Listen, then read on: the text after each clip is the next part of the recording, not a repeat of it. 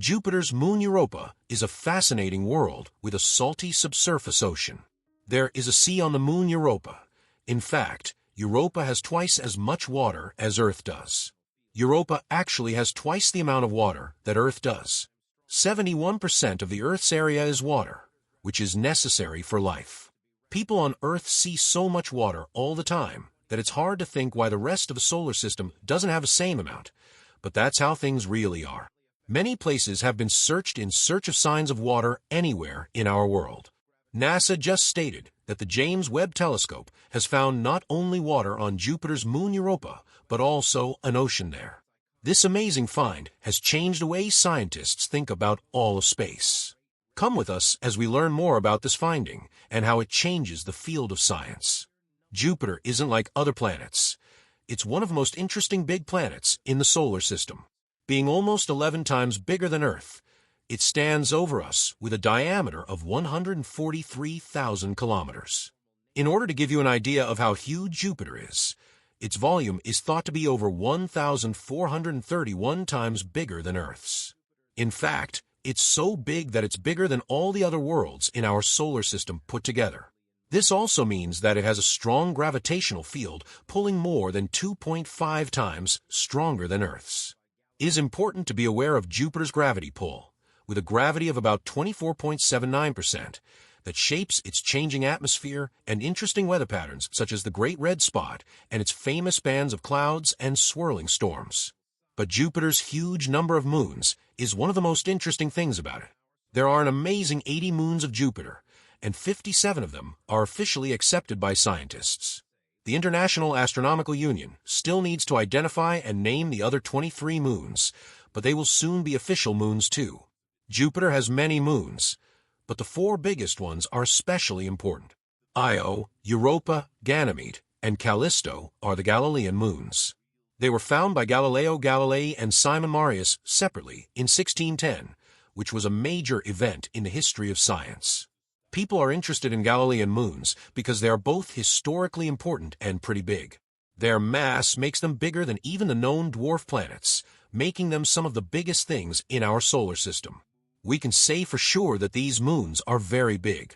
Europa and Ganymede, the two closest moons to Jupiter in Galilee, have an interesting orbital interaction with each other. This means that their orbital periods are in a harmonic relationship, with Ganymede going around twice for every circle of Europa, and Io going around 4 times in the same amount of time. In a way, this makes Jupiter's moon system sound more harmonious.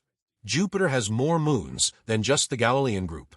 Jupiter is thought to have about 100 irregular moons with diameters greater than 1 kilometer, and another 500 smaller backward moons with diameters as small as 0.8 kilometers.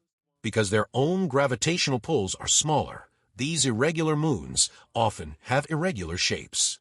This shows how varied Jupiter's moon family is. Each of Jupiter's moons is different in terms of its size, composition, and geological traits.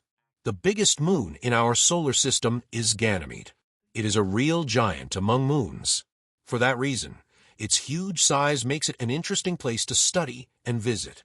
But things get interesting in Europa.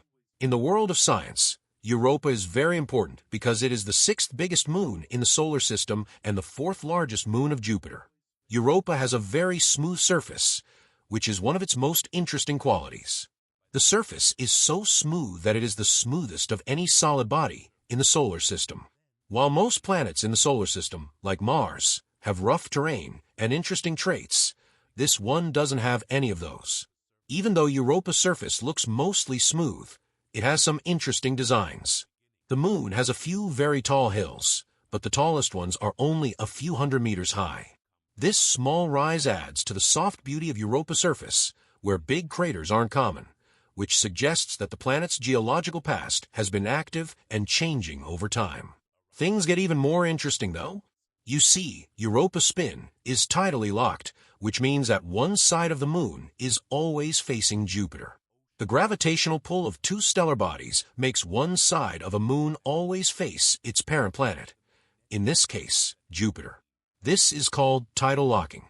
In other words, Europa spins on its axis so that the same side of the moon always faces the gas giant Jupiter. This is different from our moon, whose side faces the sun all the time. Because of this event, Europa has a unique climate. One side of the moon is always facing Jupiter, which makes the surface conditions very different on the leading and following hemispheres. When Europa moves around Jupiter, the leading hemisphere faces the direction of motion and feels stronger tides. The following hemisphere, on the other hand, faces away from the motion and feels much weaker tides. The tides that Jupiter sends out cause Europa's core to bend and deform. Because of these tidal forces, the moon is constantly being stretched and squeezed, which creates heat inside the moon. This is called tidal heating. This heating by the tides is a key part of keeping Europa's geological action going and shaping its unique features. When compared to Earth's moon, Europa is a little smaller. It's thought to have a stacked structure with an iron core, a rocky mantle, and a huge ocean of salty water below its icy crust, which was a surprise to everyone. The depth of this ocean below the surface is thought to be between 40 and 100 miles, which is many times deeper than Earth's seas. It is thought that Europa's seas below the surface hold an amazing amount of water, about twice the volume of all of Earth's oceans put together. As we all know, water is an important part of life, so this huge body of flowing water is very important. Europa's ocean is a top choice for further study and research because it might be a good place to live. However, how do we know for sure that the moon does have an ocean? Observations and scientific studies from different fields have come together to learn more and prove that it exists. Data from the Hubble Space Telescope and later the James Webb Space Telescope strongly show that there is a global ocean below the ice of Europa. It is very important to use spectroscopic data to learn about Europa's composition, its surface, and how it connects to the ocean below. For this method to work, the light that Europa either reflects or gives off is carefully studied across a range of colors. This gives scientists useful information about the chemical and physical makeup of the moon's surface. When scientists carefully look at Europa's spectral fingerprints, they can tell that the moon's surface is full of water ice.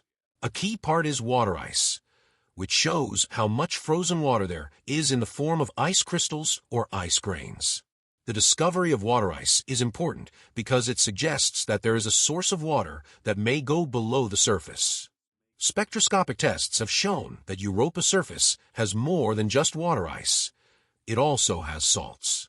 People think that these salts came from the ocean below, but they could have been brought to the top by things like cryovolcanism or geological activity. Besides that, spectroscopic research has also shown that Europa's surface has organic molecules. Organic molecules are made up of substances that are based on carbon and are the building blocks of all living things. Why is it so important to learn about the unique spectral fingerprints of different materials? That helps scientists learn more about the surface of Europa, including what it's made of, where it is located, and how it behaves. They can figure out how common different chemicals are and how their distribution changes over space. Spectroscopic readings are usually taken by instruments on spacecraft that go by Europa or circle it. Scientists can get detailed spectra that show the unique fingerprints of different materials by looking at the reflected sunlight or heat emissions from the moon's surface. Then these measurements are compared to theoretical models and experiments done in the lab to figure out what the materials on Europa's surface are made of and how they behave. Yes, but that's only the beginning. Important information about Europa's magnetic field has also come from spacecraft efforts like NASA's Galileo. This adds to the evidence of the ocean. The results of these tests show that there is a magnetic field around the moon, which suggests that there is a conductive fluid inside it. The most likely explanation for this conductive fluid is an ocean of salty water that reacts with Jupiter's strong magnetic field to create the magnetic signature that can be seen. Scientists have looked very closely at the magnetic field's strength, direction, and changes over time to figure out how deep, wide, and salty the ocean might be. It also gives us information about how the ocean moves and changes over time, like whether there are currents and how they interact with the ice shell above. Besides all of that, magnetic field data can also help scientists figure out how the moon works and what structures are inside it. It gives us information about the conductivity and makeup of the materials below the surface, which helps us figure out how the ocean and Europa's rocky core are connected. The readings of the moon's magnetic field also help us learn more about its geophysical activity, like tectonic movements or hydrothermal vents, which may be caused by the ocean interacting with the moon's interior.